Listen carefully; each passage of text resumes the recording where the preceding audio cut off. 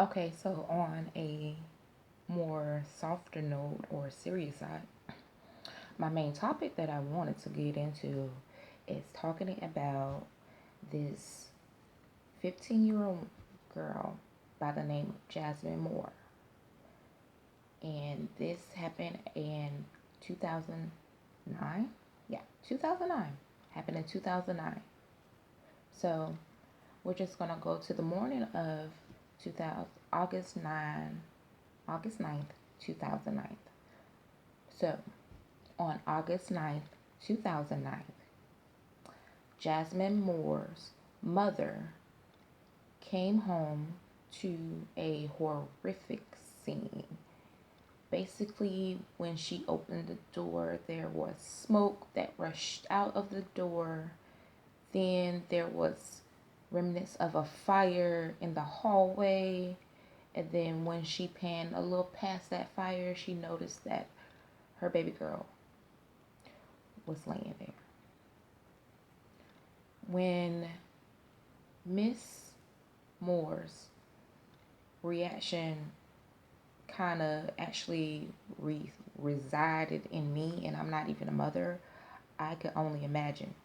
So I could just really just imagine how she felt when she just seen her child in a horrific state.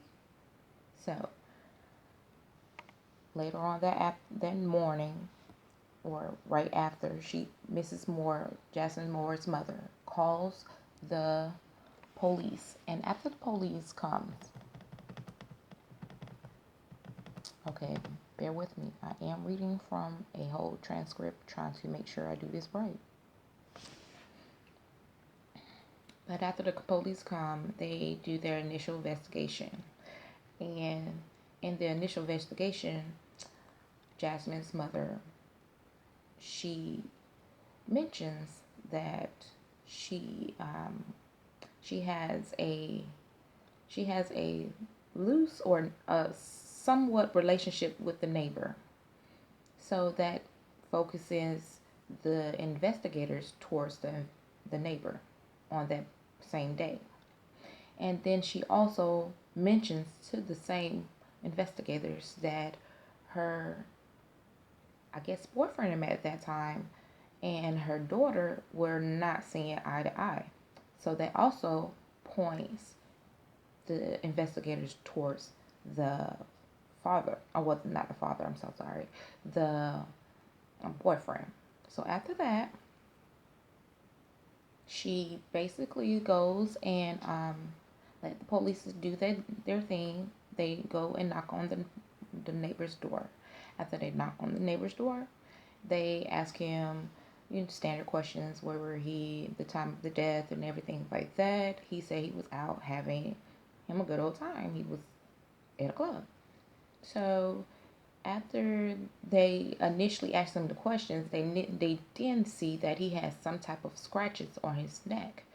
So that prompts them to ask for a DNA sample, which when he just gave up, he gave it to him anyway. That was nothing to him. Then further along the line, they went ahead and cross-referenced his story with the club that he was at, and that ruled him out. So let's move on to the boyfriend.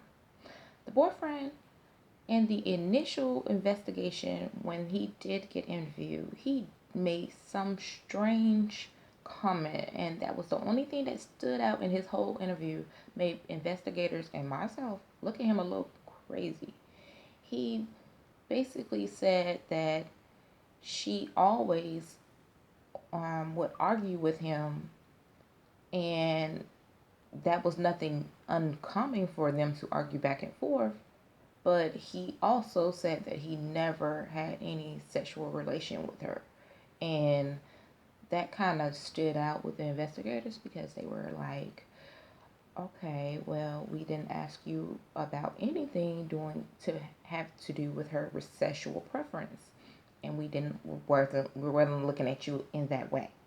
So they put him on standby, and pretty soon the investigation goes cold because they eventually rule out the boyfriend also.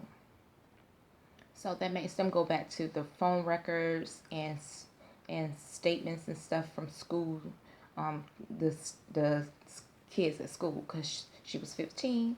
That means she was in high school, getting ready. It was coming out of the summer months, going back into the school months. So most of her friends were very devastated going back to the first day of school and finding out she was kind of not there. And they were all ready to talk to the police. One of her friends mentioned that she had a on again, off again summertime fling with a Mr. Dion Smith. I don't want to get the name wrong, but I want to say, yeah, Dion Smith. Yes, it was Dion Smith. At the time, Dion Smith was 18 years old, and Miss Jasmine Moore was only 15. So, investigators investigated. When investigators interviewed him, they initially ruled him out, saying there was nothing really wrong with that. And like I said, because they had no suspects, no leads, or anything like that, the case went cold.